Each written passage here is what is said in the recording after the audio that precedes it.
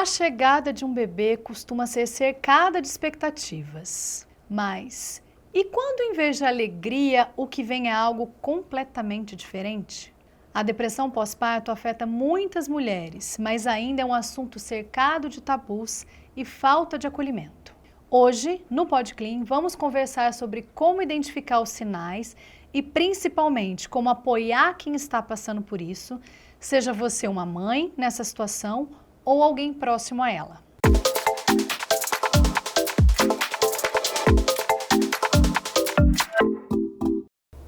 Olá, meu nome é Bruna e esse é o PodClean, o podcast da Clean.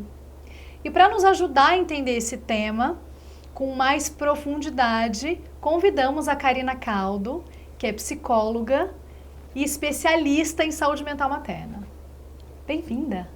Obrigada por esse convite, obrigada por estar aqui. A gente hoje, tá podendo falar de um tema que para mim é de muito valor, de pensar a saúde mental materna, algo que há muito tempo permeia a questão da mulher, mas que a gente sabe que vai ficando realmente segundo plano quando chega o bebê, quando tem essa mudança de vida tão significativa. Queria que você começasse se apresentando, dizendo como você atua, como esse tema tem a ver com você profissionalmente. Então, Bruna, eu sou psicóloga, já tenho um percurso bom de formada e sempre foi uma temática pensar a saúde mental feminina, vendo uma história pessoal onde isso permeou bastante, tanto da minha pessoa como também da história da minha mãe. Então, assim, para mim faz muito sentido quando a gente diz sobre a transgeracionalidade, que é quando passa situações de uma geração para outra, entender o movimento de como a mulher está ali nesse momento de ter o bebê, como é que ela lida com esse bebê, Então, assim, na minha formação, o olhar foi direcionado para a saúde pública, a saúde da família e a saúde da comunidade. E na clínica, eu fui entendendo também, do lado mais individual da mulher, como é que era o impacto da maternidade. Isso foi fazendo uma diferença. Então, depois eu fui me especializar. Eu fiz uma pós-graduação que chama Medicina e Psicanálise com Bebês, que naturalmente, a gente entende que se trata da relação mãe-bebê no primeiro momento. E para mim sempre faz muito sentido pensar esse lugar, de como a mulher ela faz uma promoção de mudança a partir do momento que ela nasce e depois quando ela se torna mãe. Porque quando uma menina chega, vem todo um conjunto de expectativas, que não é que é diferente para os meninos, mas traz uma expectativa. E a primeira expectativa, quando vem uma menina, já é atrelar uma questão da maternidade dela, mesmo ela ainda sendo bebê. Então, a gente hoje olha muito para o bebê e pensa como é que ele vai se desenvolver ao longo da vida. Quando a gente olha para a menina, a gente também embute dentro dela uma questão muito direcionada da maternidade. E uma maternidade romanceada. Então, esse lugar dessa construção, para mim, sempre foi valoroso. Foi meu ponto de estudo, meu ponto de trabalho durante toda a vida. E aí, então, com isso, eu fui aplicando isso tudo que eu fui me compondo para trazer para a minha clínica, para o consultório e também para o projeto que eu sou voluntária. Karina, vamos começar do começo. A gente ouve sobre depressão pós-parto, hoje já se fala isso mais abertamente, mas há pouca clareza sobre o que é de fato a depressão pós-parto, Como é que a gente pode diferenciar a depressão pós-parto do baby blues? Então, isso é muito, muito, muito significativo a gente olhar. O baby blues, ele tem uma característica de um tempo de duração. A gente tem que entender que, basicamente, a mulher, quando ela está gestante, ela está no último trimestre de gravidez, psiquicamente acontecem situações emocionais e também aberturas e também acessos a recordações, assim, a questões assim da emoção, que na hora do parto isso vai impactar. Se a gente pensar que a história da mulher, ela não era uma história de ganhar o bebê programado, a gente entende que a mulher, ela dormia grávida com barrigão e podendo às vezes ser no meio da noite ou no dia seguinte ela acordava já com a bolsa estourando e tendo que ganhar o bebê.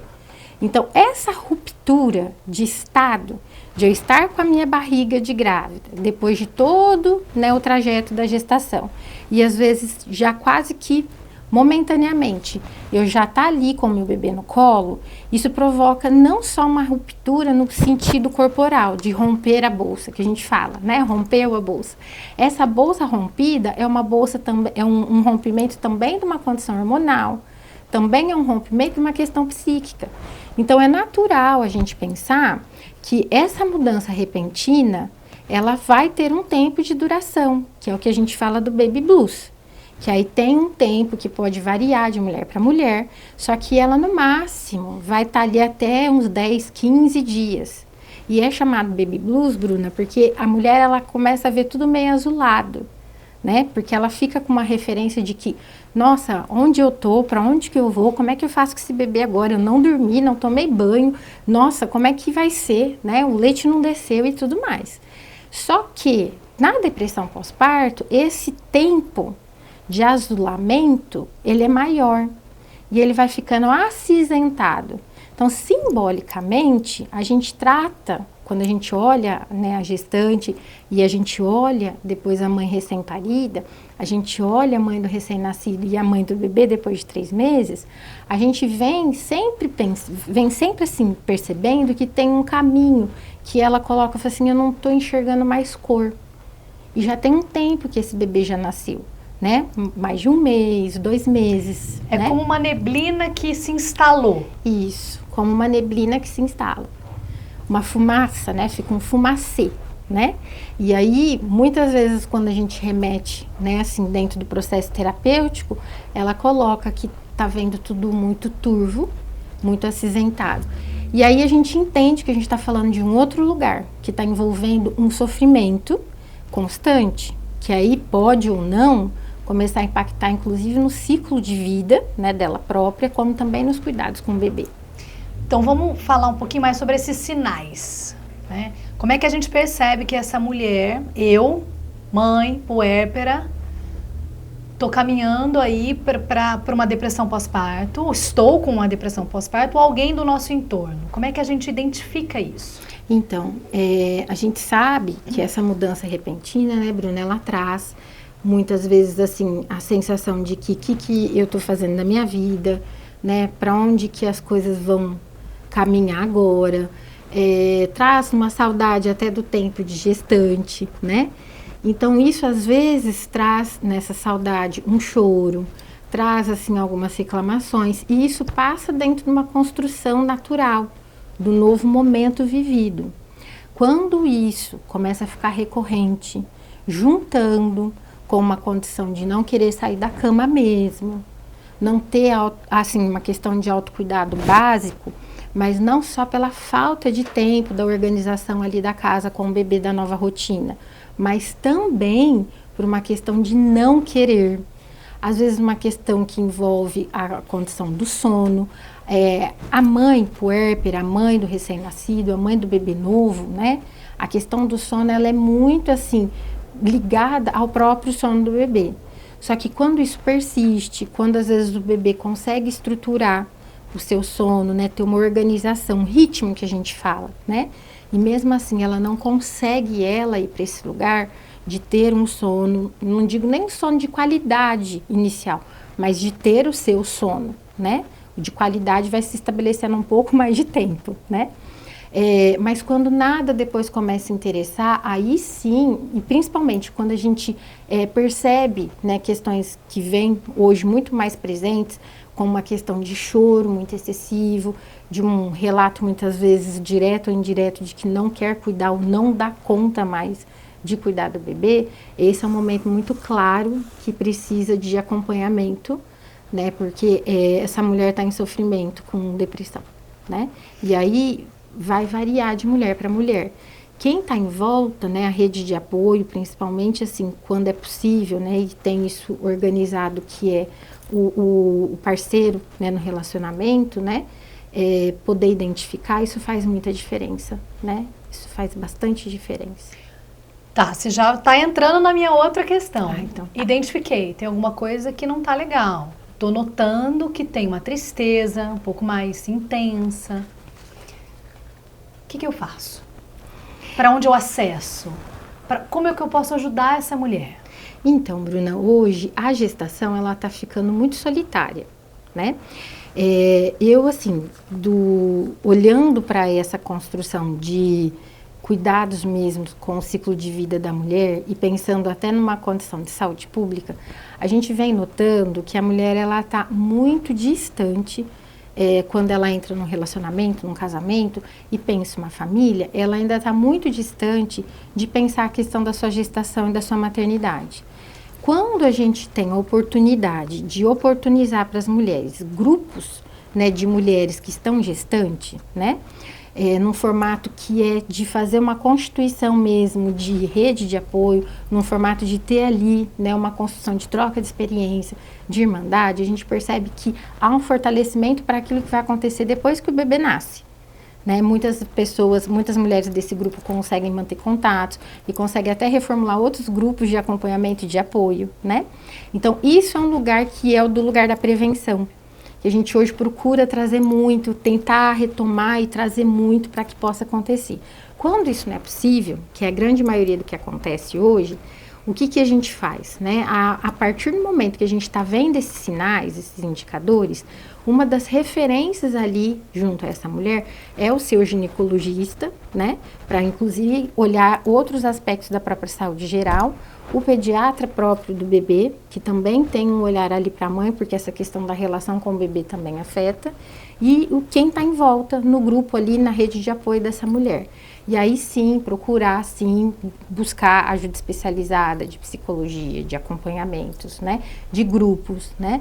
Tem situações onde a mulher podendo estar inserida e falando de si, dentro de uma construção ali grupal, né, que a gente coloca que tem um aspecto terapêutico, isso já dá encaminhamento, né. Agora, quando as questões são mais instaladas, é bom procurar um profissional da saúde mental, da psicologia e até mesmo um psiquiatra para fazer esse acompanhamento. Não deixar isso passar, porque quanto mais tempo passa, mais essa depressão pode se agravar, se cronificar e trazer outras consequências. Tá, então você falou aí de alguns caminhos, você falou da rede de apoio, dessa construção, dessa irmandade que pode amparar essa mulher, do pediatra, do obstetra. Isso. E quando essa mulher não tem esses acessos, existem algum apoio psicológico mais acessível? Né? Como busca isso? Geralmente a busca vem de alguém que está um pouco mais perto dessa mulher, né? É muito comum hoje a gente pegar as mães das mulheres que se tornaram recentemente mães, né? É uma mulher preocupada com outra mulher. Avó. A avó do bebê, né? Também é muito comum ver o parceiro que percebe que tem alguma coisa que não tá como, sabe, ali esperado, né? Por mais que aquela mulher tenha mudado depois que teve o bebê, né? Ele sente que alguma coisa tá, né? E os acessos é de buscar, né? Hoje a gente tem alguns caminhos, né? Tem alguns projetos, né? A gente tem um projeto específico que a gente faz encaminhamentos, né? Pode falar do projeto. Então, a gente tem o projeto Ninho do Bebê, que a gente faz o acompanhamento da gestante, né? A gente trabalha a partir do acompanhamento da gestante, tanto numa perspectiva de grupo, como num pré-natal psicológico, né? Que é já identificando ou quando já está instalado algumas coisas, né? E o grupo de convivência de pais, né? Que é aquilo que a gente busca muito que se difunda, principalmente no primeiro ano de vida. Porque a gente olha para esse lugar podendo dar uma segurança para essa mulher, para que ela tenha esse espaço de esvaziamento das suas angústias, de trocas, de experiências, de tirar dúvidas, e principalmente também como incentivo à amamentação, que é um ponto de prevenção, porque reforça vínculo, tem um aspecto que traz para a mulher uma potencialidade de saber que tem uma capacidade de sustentação ali do seu filho, do seu bebê, a partir da amamentação, né?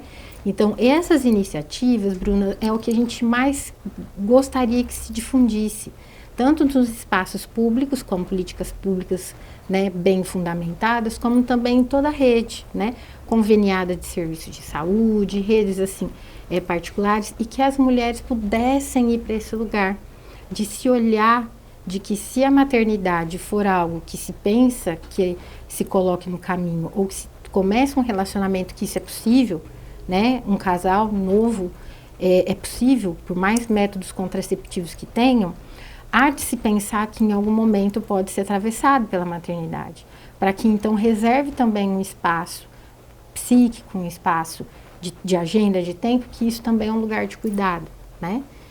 Antes a gente chegou até aqui, né, as mulheres fazendo isso tudo muito de uma forma muito intuitiva. A gente não perdeu essa intuição, só que a gente foi ficando sozinha. As grandes mulheres hoje, a maioria das mulheres hoje está fazendo isso de forma muito sozinha, né? E intuição sozinha não resolve, né? Ficar aprisionada. Então, a ideia do compartilhamento, do estar em grupo, de compor rede, né? Rede de apoio, grupos de amizades, né? Grupos terapêuticos, é para isso, assim. É uma baita novidade na vida, né? Ter um filho. Uma baita novidade. Karina, eu acho que é importante também a gente falar sobre esses lugares mais acessíveis em que se pode buscar. Você falou no projeto aqui de Rio Preto, Ninho do Bebê, e também talvez algumas faculdades que essa mulher pode recorrer, que tem acesso a algum tratamento psicológico? A gente tem as faculdades, a gente tem assim, o serviço público aberto, disponível, né? A configuração em alguns espaços dos serviços públicos, como os CRAS, possuem grupos de convivência, né? As UBSs também ali fazem um acompanhamento do pré-natal da mulher, né, na ginecologia, e também tem um espaço de grupo de gestante, né? As faculdades, iniciativas independentes, né, de mulheres que muitas vezes passam por situações durante a vida e fazem algumas iniciativas, e quando bem acompanhadas são super frutíferas, né? O projeto Ninho do Bebê é uma referência nesse lugar, assim, do cuidado materno e no cuidado com o bebê, né? E lógico, né? Ir buscando, né? Cada mulher dentro da sua construção, se for ir buscando fazer uma aproximação com outras mulheres, né? Numa iniciativa, assim, de roda de amigas, né? Isso também é bem-vindo, né? Eu costumo dizer, Bruna, que mulher tem que estar junto com mulher, a maior parte do tempo, sabe? E a outra boa parte do tempo é com o seu companheiro, principalmente quando está gestante. Você tocou agora num outro ponto que eu ia chamar. A importância desse companheiro, dessa companheira, para essa mulher, ela é muito grande. O que nesse momento dessa mulher que está vulnerável, que está fragilizada, que esse companheiro ou essa companheira pode piorar a situação?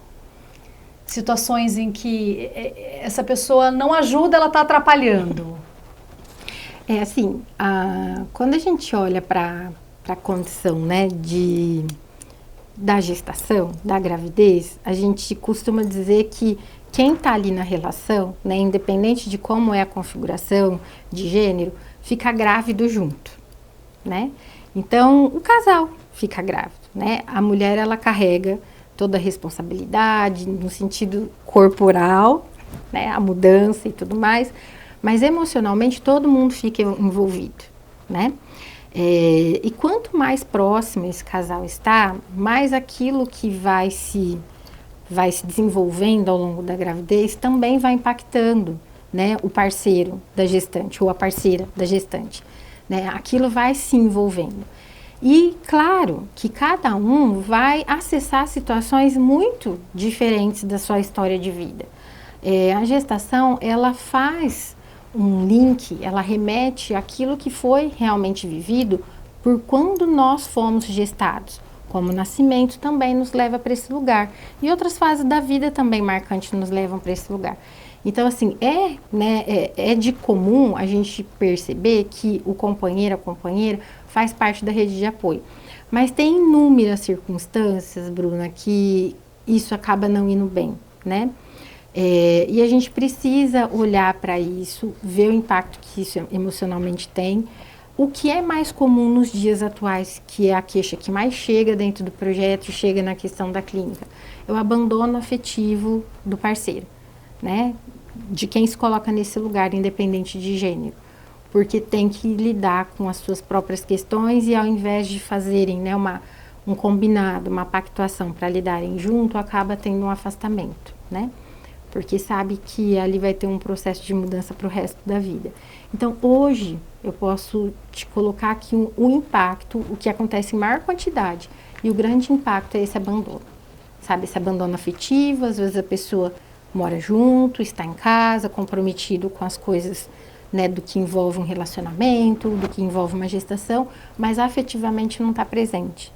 Isso depois, pós-nascimento, tem um impacto também muito grande, né? Que essa gestação muitas vezes já é mais solitária e aí, no momento que o bebê nasce, ela se vê como se fosse sozinha novamente, né?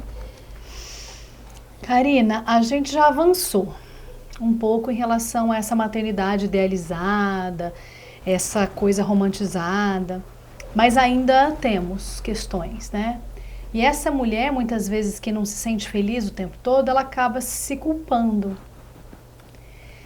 Como é que a gente pode desconstruir essa ideia, ajudar a desconstruir essa ideia de que eu vou estar feliz o tempo todo, de que é a realização da minha vida, de que tudo gira em torno desse bebê agora?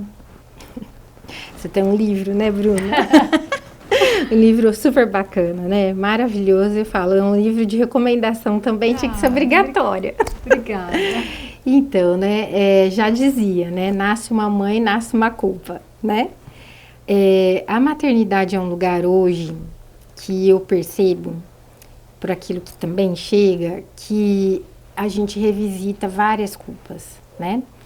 E tem uma condição que é muito clara para isso, assim, se a gente olhar o desenvolvimento, por exemplo, da gestação até o nascimento do bebê. Que é quando a gente está ali naquele momento de tipo, nossa, atrasou o ciclo, né? Atrasou a menstruação. Gente, será? Não será? Né? Até pegar o exame, né? Ou até fazer o teste e até ter o positivo ou negativo, fica uma miscelânea de sentimento, né? Uma mistura. Né? Ai, se tá, eu vou pensando e tudo bem para isso. Não tudo bem. Se não tá, não foi dessa vez. Mas quem sabe? Então, assim, isso que a gente fala, né, desse lugar da mulher de querer estar, mas não querer estar, esse é um dos principais movimentos que a gente sabe que vai acessar a culpa. Isso vai acompanhando a gestação, isso vai acompanhar o nascimento, isso vai acompanhar a primeira infância da criança, isso vai acompanhar a vida dessa mãe, né? E é natural passar por esse lugar, né? Porque nós não fomos feitas de certezas, né? Então, dá espaço para isso aparecer e acolher isso, né? Que não necessariamente é uma culpa, mas é uma condição mesmo de que, será que eu queria, será que eu não queria, né? Isso é um movimento bom, poder acolher isso. O ponto é que muitas vezes, por essa construção que você vem, né, dizendo que a gente já avançou, isso muitas vezes na história de cada mulher, dentro do contexto de família, de cultura de cada uma, isso aparece e fica marcado um registro, um peso de uma forma específica. Então, tem mulheres que vão lidar com isso de uma forma muito natural, muito bacana, vão acessar suas culpas. Tem pessoas que vão, né, mulheres que vão satirizar essas culpas, né, Dona Hermínia, né? Então, assim, levam para algo que faz produção disso. Mas tem mulheres que vão adoecer por causa disso, né? E é nesse lugar que a gente tem que ir mantendo o olhar, né, para que isso não faça direcionamento para adoecimento, né, no sentido de que então possa haver cuidados excessivos com o filho, ou então ter cuidados negligenciados com os filhos, né, porque esses extremos é o que vai pesar, né, porque não vai ter perfeição na maternidade, como em nada na vida, né, não é na maternidade que a mulher vai conseguir fazer a perfeição, mas existe, né, aquilo que move cada mulher para querer fazer aquilo que está ao alcance e fazer o melhor que pode, né? ou também para se colocar se vendo incapaz de fazer alguma coisa e não necessariamente essa incapacidade se tornar uma culpa, mas talvez para aquele movimento. A gente costuma dizer assim, Bruna, no projeto, tem mulher que adora estar grávida, adora o barrigão, mas quando o bebê nasce, vira uma coiseira, né? De, tipo, queria ficar só na barriga. Isso é relato de acompanhamento de grupo de gestante. Tem mulher que fala, não queria barriga, não dá só para nascer o bebê, a gente só faz e já nasce. Não queria esticar a barriga, não queria ficar daquele jeito, ficar com azia e tudo mais. E tem mulher que fala, adoro o bebê, adoro quando meus filhos eram bebê, adoro.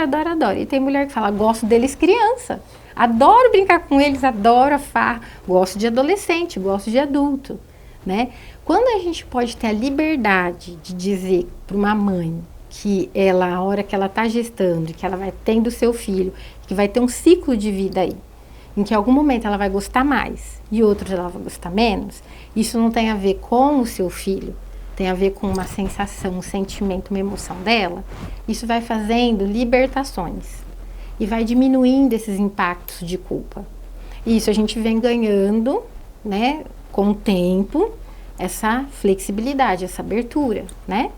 Para a gente sair desse mito do amor materno, dessa maternidade, né, divina, né? E colocando ela dentro de uma maternidade humana. Uau! Obrigada. Que todas as mulheres que pensam em ter filhos ou que estão gestantes possam, que essa conversa possa chegar. Eu acho que quanto mais a gente fala, quanto mais a gente abre as nossas vulnerabilidades, dizer que não é só flores, isso, que é bom, mas que é desafiador, a gente consegue acolher outras mulheres.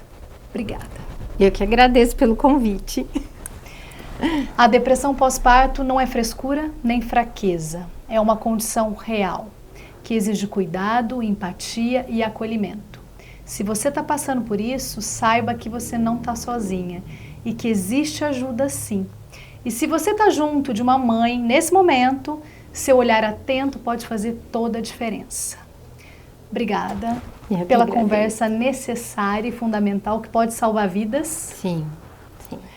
E obrigada a você que nos acompanhou em mais um episódio. Até o próximo Podcrim.